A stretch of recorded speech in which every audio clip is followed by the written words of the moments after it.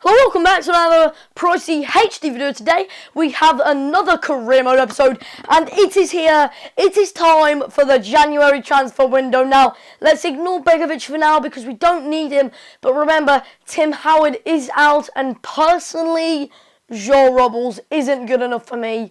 So I'm not aiming for it this season, but this player here, Neto, has got an expiring contract, and I will be explaining in this episode what I'm going to do in this January transfer window. It's going to be live like the summer one was, and like my season 4 January one was with Blues back in 2014, well, back in FIFA 14.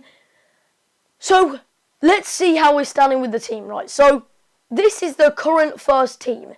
We've got in goal, Joe Robles. Unfortunately, Howard's out to injury. He's back in 5 weeks, I believe. But he has gone up by 2, Tim Howard, which makes no absolute sense to me whatsoever. But here is Samuel Eto'o as well. He's gone up by 2 as well, which makes no sense whatsoever. Despite Lukaku's form, he's only gone up by 1, which is slightly disappointing. But Joel Campbell has been insane for us, going up by 2. Atsu, he's good as well. So winger-wise, we're pretty sorted.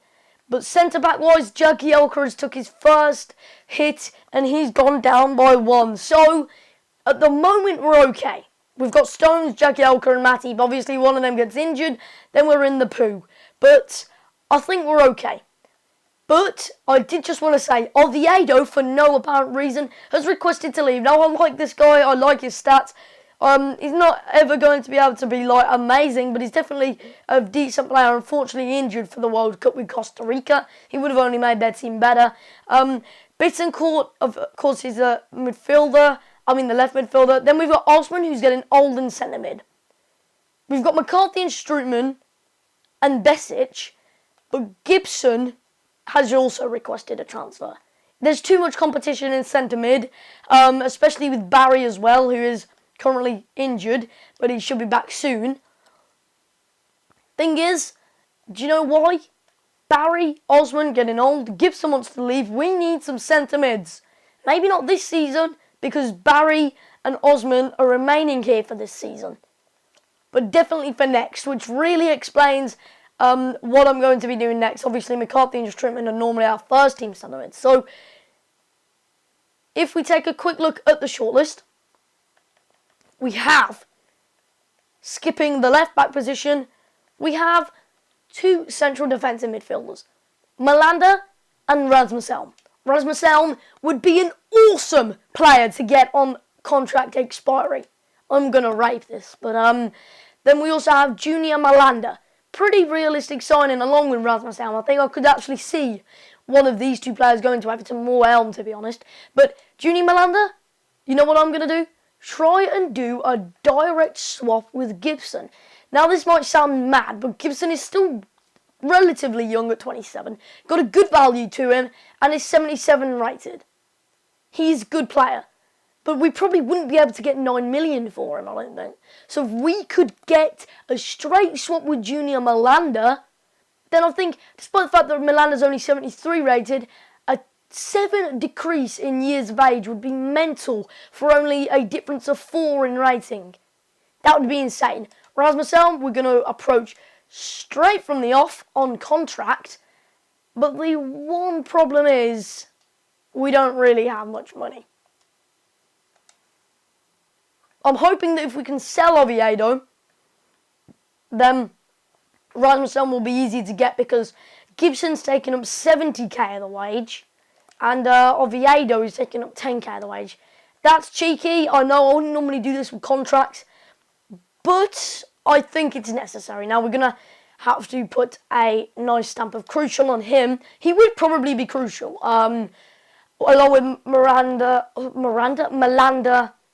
McCarthy and Strootman there, he would probably be crucial. And if he does end up unhappy, if he is eventually to join, then that's his fault. Ayu, I don't think I'm really interested in anymore because he's got a big wage and he's not compulsory. But Cali I've inquired for because my friend told me a glitch where players go for really cheap when they're under 71 rated. Now I'm going to do a video about this soon, but Doc's got players players for like £30,000, like Bigger Romana, and Bentaleb for £40,000, which is just insane. Then we've got Paloschi and Dzugbe. So we've got 2 players here which are also on contract expiry.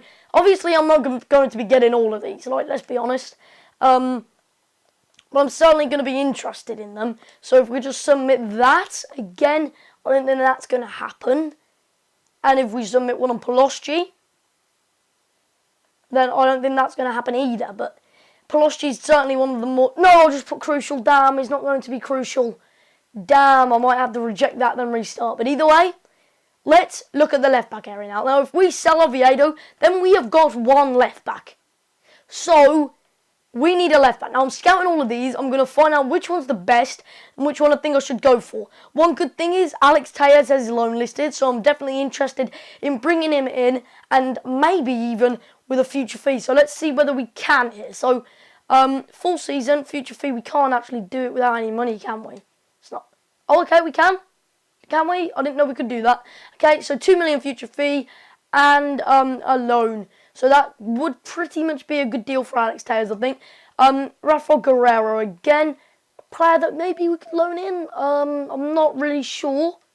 Because I don't think we're going to be able to afford a player which I want. Because Baines is getting old, but he's still like playing well.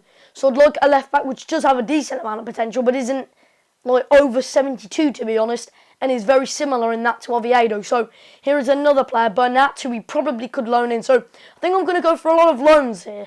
The only thing that's going to be killed is salary, but I think loans would probably be the best idea. Now, we're not going to be able to loan him, and unfortunately, he's just too young to get him on contract expiry. Flanagan, I think I'm going to leave. Mark Muniesa, you know what, I'm gonna try it. Actually, I was going to try to buy him, so I'm going to wait until his inquiry is back. Muru, and then we have the centre-backs. It's a choice between Cher and Nokia and Nkalu. Nkalu's certainly my favourite. If we have to, then I will pay that much for him, and I will put him on 70 grand a week and pretty much kill our January transfer window on him on pre-contract, because this guy is an awesome centre-back. Could you imagine him replacing Jagielka? Seriously. And then we've got Ranocchia, another good solid centre-back, but he's costing more than Nkalu, so God knows what's going on there. But I'll put the offer in anyway. And obviously when we get, hopefully if they do accept all of these, when we get to the point of trying to decide, then we'll be able to do it. Then Fabian Schär has just turned 23, so if you guys want a good centre-back that can fill in on pre-contract, then Fabian Schär has just turned 23. Now, I don't know what's just happened out there, but the car has just absolutely wrecked its horn. Probably an accident, unfortunately. Hopefully not, but either way, okay, that has taken ages, and it's probably been a bit of a jolty commentary, to be honest, but I'm starting from square one here myself. I don't know what I'm going to do here. I am literally, this is unscripted. I'm literally sitting here like, right, what am I going to do? This is the league table at the moment. Yeah, we're top. It's not going to stay that way. It's going to drop off. But it is so tight there that if we lose just one game, we could be kicked down to 6th. So it literally is a matter of fight for survival in the Champions League spot. Now, we're not going to win the league this year. That's not my plan. And what I'm aiming for is 4th, to be honest. That's what I'm aiming for. But even now, it's difficult. I mean, these past few games have been really difficult. So anyway, I know it's not really such a special occasion game, but because we're currently live coming, I thought, why not live go another game? Hull City on the 1st of January, which I do hate games in January. And just to say, look how many we've got. So anyway, so we do have this game against Hull. Right, here we go again. Live coming on a Barclays Premier League game. This is going to be awesome, but here we have Hull City versus Everton at the KC Stadium. Of course, another new stadium on the game. Hull City in 18th should be a routine win, but I don't think it's going to be. Probably a foul. Abel Hernandez, like, we already have played Hull this year, I believe, just last month. So, it's a recent game for us at Goodison Park. I believe we did win. We might have drew, you know. Can't really remember.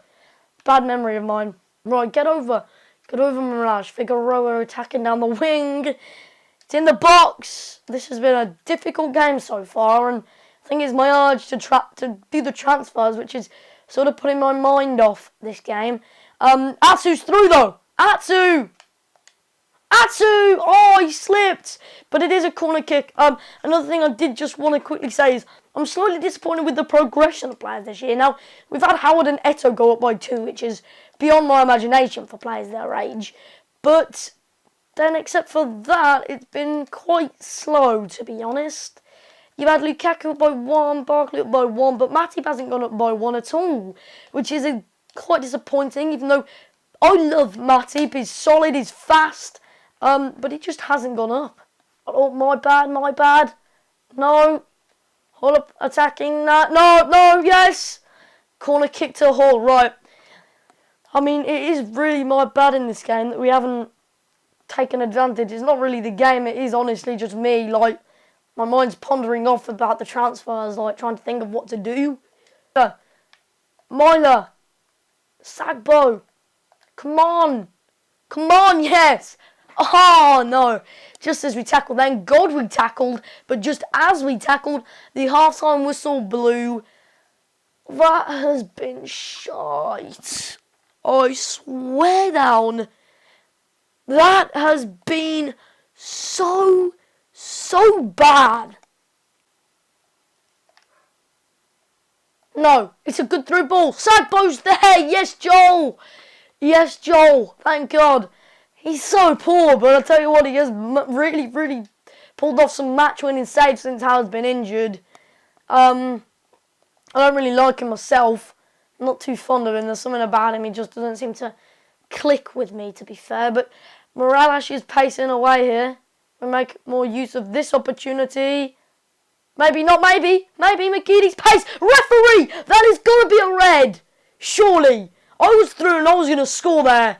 Yes! That's what I'm talking about. Sort of disappointed that I'm not going to score, but Michael Dawson, the former the former Tottenham player, is sent off. When I believe we beat them last time, like 4-1 or something like that. I honestly can't remember, but Eto's on this free kick. Damn, Baines isn't on, is he? But free kick accuracy-wise, the best player on the pitch, Marash McGeady. Oviedo's isn't very good. I would have saw like a left footer, but that's not going to happen. So, Marash or McGeady.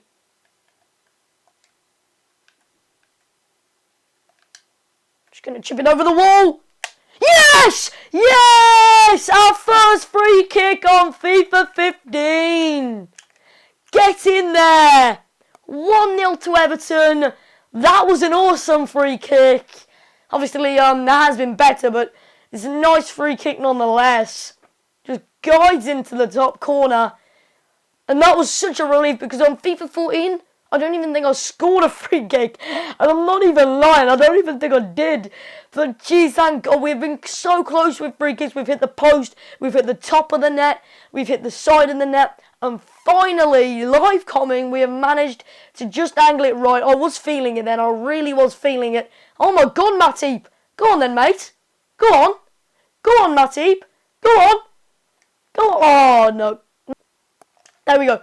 It's got to be a chip pass. Over to Eto. There's a massive gap in their defence now. Eto. Got to be 2. Oh, man. Gee, since we've got this goal from the free kick, we have been ruthless. And all we need now is a second to put the icing on the cake and to get the 2-goal cushion. It's a header. It's cleared off the line. Still in their penalty area. They're injured, though. Don't know who that is. Coach Davis, I think, though. Yeah, Davis is injured. Brian Oviedo. Could be his last game. Oviedo! Oh, man. That was close. But don't you just love it when free kicks go in football? They look sexy, and especially on FIFA 15 as well. That's a header. Oh, my God. What a save. What an outstanding save by the Hull goalkeeper. Morales, the goal scorer of our first free kick of the series. It's coming back out to Gibson. Osman, sorry. Oviedo. It's hit my own player. That happens way too much on FIFA 15. They need to fix that on his last game. Oviedo could have had a goal. I didn't even want it to go to Atsu. Atsu's been caught up.